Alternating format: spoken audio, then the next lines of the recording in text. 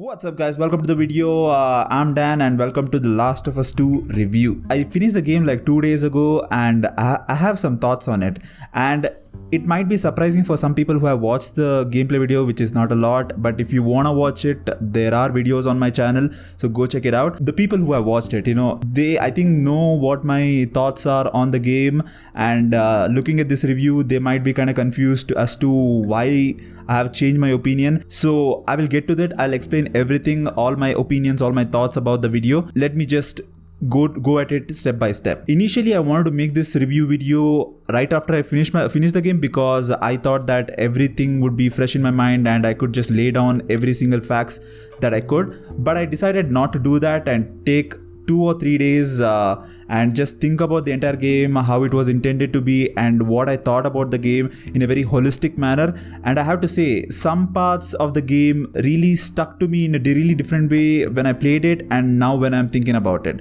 So anyways, let me get into the review, and I think you'll know what I'm talking about. So first of all, I want to first talk about the technical aspects of the game, and then I want to get into the story, because the story is what is the game. So first of all, I want to talk about the gameplay. The gameplay in this game is amazing. Alright, it's amazing. They have come up with some really new innovative stuff in the game, where the gameplay seems so fluid, so natural, and there are no rigid movements. The combat is really good, the weapons are really good, and the way that you interact with them are really good. I really enjoyed the gameplay, and there is not a lot that I could say bad about the gameplay. Next is the graphics, or the way it looks. This is by far one of the best game that I've ever played, and that too, speaking about that it can run so good in the PS4. I can't even imagine how well it would run in the PS5. Hands down, this is one of the best games that I played, and you can see that they have really paid attention to every single detail in the game, and you would actually see those details when you go out on a patrol with Dina, where the whole environment is snowy and you can see snow falling down from the tree, and also ice dissipating along the river, stuff like that. The little tiny details that they have given attention to, you can really see that from the gameplay and also from the entire environment of The Last of Us Part 2, which I really enjoyed, and I applaud them for doing that. So the next thing that I want to talk about is the NPCs. The NPCs in this game are something that I haven't seen in any game so far. Like, they spoke about the NPCs that enemies talk to each other, and if you kill them while they are talking to each other, the other enemies actually get alert by that, and they will go looking for their friend and they will hunt you down. And you could apparently see that in the game, and that raises the tension of the game. You cannot just crouch in one place, you need to keep running around so that you can evade all the other enemies while they are searching for you. So that was a really nice addition, and also the NPCs were a lot more clever most of the time. Sometimes they were dumb. Sometimes when Dina or Abby or Lev, whenever they went right in front of the NPCs, they would just forget that they existed and just move on. So there were some aspects that were dumb, but most of the time the combat and the NPCs were really good, and I thoroughly enjoyed it. And also the dogs were a really nice addition. It added another intensity to the gameplay and also to the NPCs character, and it raised their intelligence. So that I really enjoyed that. And also I want to include this in the technical aspect, because I just want to talk about the story, and that is the acting and also the 3D audio and the music in this game. The music in this game is phenomenal. I mean, that is what you have to expect from The Last of Us 2 and from Naughty Dog. Their original scores are so good, and you can see that from their previous games and also from these games. So there is no complaint from me from that aspect. And also the audio, the 3D audio and the spatial audio, they've used that really well. Like, you can hear certain characters breathing when they are fighting, and also when they're crouching, and at certain moments they take their breath in a different way. So that is really apparent, and if you have a really good headphones, you get even more immersed into the game, and that is what I really enjoyed. And also I want to talk about the acting. Phenomenal job by everyone. You can have a lot of gripes about the story, but you cannot have gripes with the acting and the writing that is in this game, because that is spot on.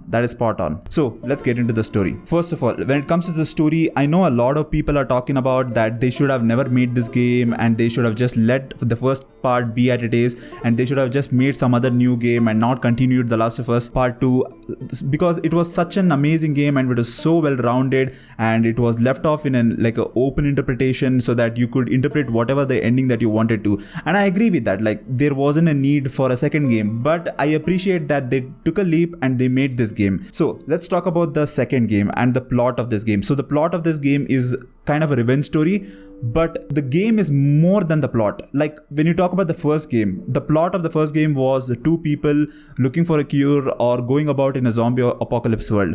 But the game is so much more than that. The game is about the relationship between Joel and Ellie, and also the various struggle that Joel goes through, losing his daughter and then him shutting down and then him opening up through Ellie and finding his humanity in a world that is, to be honest, which lacks humanity. So the game was so much more than that. It actually investigated the human psyche and a man's journey along through certain difficulties and what he has to do to overcome that. So there were a lot of things going on in the first game. So you can't just say that it's just a survival apocalypse game. The game was so much more than that. So that's why it was one of the best story-driven game ever. And I feel like that's what they went for Last of Us 2. But I felt like the execution is where they let everyone down. Because when you talk about the story, the plot is a revenge story, but the game is more about looking at each other's perspective. Even though you might consider as one character as a protagonist and another as an antagonist, the message that they're trying to portray here is both the characters in their different perspective, and that's what I think that they were going for. So let's talk about the first part of the game, and that is where you play as Ellie. So in the first part, the first 2 hours, they kill off Joel. I actually did have a problem with that and I was very angry about it. But then I understood that after playing the game and after, like I said, sitting back and thinking about the game, killing Joel was actually pretty important for Ellie to set the story. Like, it was a very strong catalyst for not just for Ellie but for also Abby's storyline. So the Joel death was the catalyst for the entire game. So I felt like they needed that because they wanted the player to push to such a dark place that they can actually play as Ellie and set out on a journey to go and hunt down for Abby. So I felt like Joel's death was actually what they wanted to convey to the player and what was needed in the game, and I can appreciate that. What they did, I can't appreciate that, but I can understand where they're coming from. So Joel dies in the first 2 hours, and obviously you feel so many negative emotions towards Abby, and then you set out to go to Seattle and hunt down for Abby. And I would say that the first part of the game where you play as Ellie is actually pretty good, and you actually interact with new characters like Dina and Jesse and also Tommy. Tommy is not a new character, but you know what I'm talking about, like other characters, okay? But the new characters, Jesse and Dina, like they are a welcome addition. I really actually liked both of the characters. Jesse not so much as Dina, but Jesse was good. He was like a pragmatic person compared to everyone else. So Dina, I really like Dina. I wanted her, if they do make another game, I want her to be in another game, in the next game as well. Dina, I really liked her as a character. She had a very bubbly personality in such a bleak world, and she actually balanced out Ellie as her partner. So I really liked the characters that were introduced along with Ellie's storyline, and I really liked Ellie's gameplay, story, and everything that went along with it. I was actually enjoying the gameplay until then, and then we were introduced to Abby, and we actually play as Abby. So that is where the whole game takes a very different turn, and I was really mad. I really didn't want to play as Abby, but I just sat down and I wanted to give it a shot, so I did play as Abby. Yo guys, Future Danny over here. I was actually editing this video and I noticed a really small detail, and that is when Abby wakes up from her sleep, she's actually has a book on top of her, and that book is actually called A City of Thieves, and it is written by David Benioff. So I don't know what to make of that. I'll just let you guys decide and make judgments on it. So yeah, I just wanted to point that out to you guys. So hope you enjoyed that little tidbit. But what I realized was what they wanted to convey to the players when we played as Abby, and that is they wanted the players to empathize with Abby. They wanted to see Abby's side on why did she kill Joel and what were the reasons for it, and they actually conveyed all those reasons through various flashbacks, not just with Abby but also with Ellie as well. They actually explained what happened with Joel and her through various flashbacks. So I enjoyed the flashbacks, but when it comes to Abby, there are certain gripes that I have about Abby and why it was really difficult for me to empathize with her. First of all, the first gripe was the way that they designed Abby. I actually didn't like the way that she was designed, and not because I'm not saying that women can't have muscles or women can't be strong. I'm not saying that, alright. But the reason why I didn't like Abby's character design was because when you look at the world of Last of Us 2, she was sticking out like a sore thumb out of every single person in the Last of Us 2. Why the hell was she so muscular? they could have made a strong character in spite of, making her look like that. All right, she didn't have to look so muscular. Like you could have made her muscular, but not like so muscular that she sticks out from every single person in Last of Us, even the men and the women. Like she was sticking out so much that it was actually sometimes confusing or like distracting to play as her. But her gameplay was really enjoyable. Like she's such a brawler. I actually enjoyed her gameplay, but she stuck out as such a sore thumb. So when it comes to Abby, her physicality is so dominant that you can't actually empathize with her. So what I'm talking about is, like, even if it is a antagonist character or a villain character that you want to empathize, when you empathize with someone or a character, you actually see a reflection of yourself, or you actually can relate to them because they somehow actually look like you, or they actually mimic you. And I couldn't see any kind of resemblance like that from Abby. Like her physicality or her emotional state didn't actually resonate anything with me, and I think a lot of that was because of the character design that they went with. And also I feel like that is what a lot of people will actually be thinking about as well. So that is what I thought about the way that they portrayed like the character design of Abby. I really didn't like that, and they could have actually toned it down and still made her strong and imposing and all that. But character design, that was the first thing that I really didn't like, because that was so distracting and really threw me off about Abby. Second one was the emotional struggle. When you play as Ellie, every single person that Ellie kills, she has an internal struggle going on inside of her. Like every single person that she kills, there is a little part of her that chips away, and you can see that from Ellie, like her emotional reaction, her outward reaction to people, and also to herself. With Abby, you don't actually see that. Like every single person that she kills just goes on. Like the only point where I saw some kind of reaction from Abby was when someone else yelled at her, or where she didn't get something that she wanted to, like when Owen died. And also when Mel scolded her. That's the only point when I saw some kind of reaction from Abby. But other than that, I didn't see like a visceral reaction from her, like introspecting about what she did. There was nothing like that. But when you compare that to Ellie, there were so many things like that with Ellie, and that's how you could relate to her. You can empathize with her.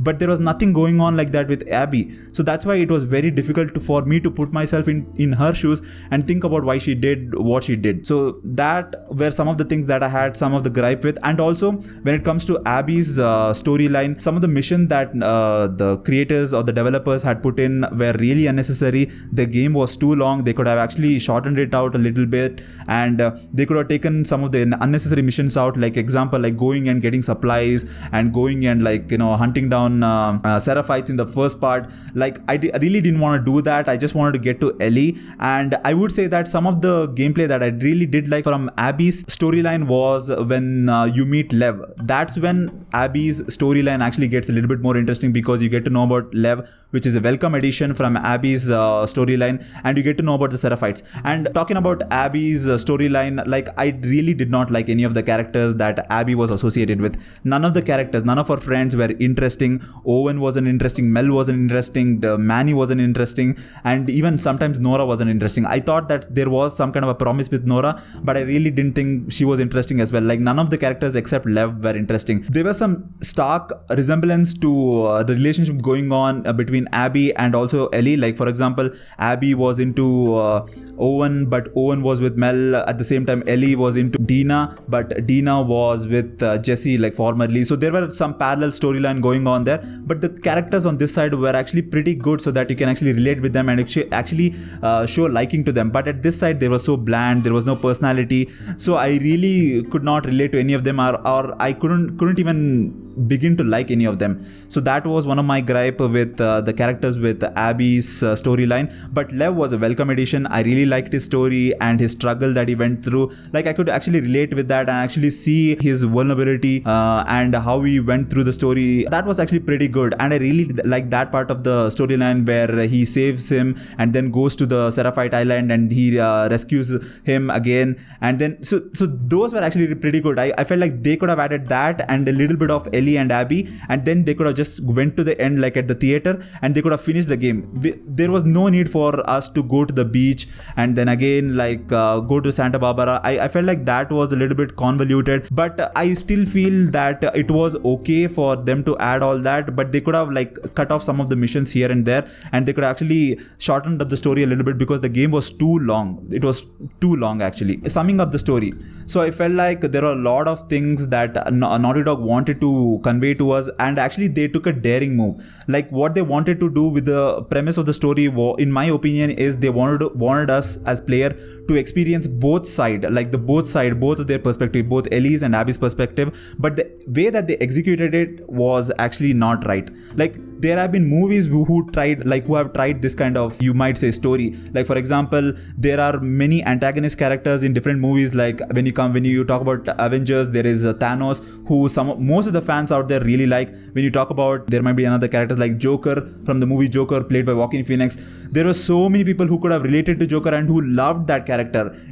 Characters like that, you need to build those characters, and it takes time. And I felt like they shouldn't have introduced such a polarizing character, and that's what I'm talking about, the leap that they took, and it didn't pay off. There was some execution troubles that they did, like they didn't execute it properly by the various choice in the character design, and also the characters that were associated with Abby, so that didn't really help. So all in all, I would say that if I had a chance to play this game again, or if someone told me to play this game again, I would not play this game again, because I do not want to put myself through this again. It was really exhausting, and I just wanted to end. But I could see where Naughty Dog was coming from. Like I could feel what they wanted to convey to us as the story, and also for us players to make us understand where Abby was coming from, and also at the same time how the rage and anger from Ellie's side consumed her and actually made her lose everything that was close to her. So yeah guys, so this was what I thought about The Last of Us Part 2. I hope you guys, I know you guys have your own opinion as well, so let me know down in the comment section below, so that we can have a discussion about it, and also I might learn something from you guys as well. Let me know, what did you guys think about my review? Did you guys think that if I had some valid point about it? So that's it for this video guys. Hope you guys enjoyed it. If you did, don't forget to like, share, comment down below, and also subscribe. I'll see you in the next one. Peace.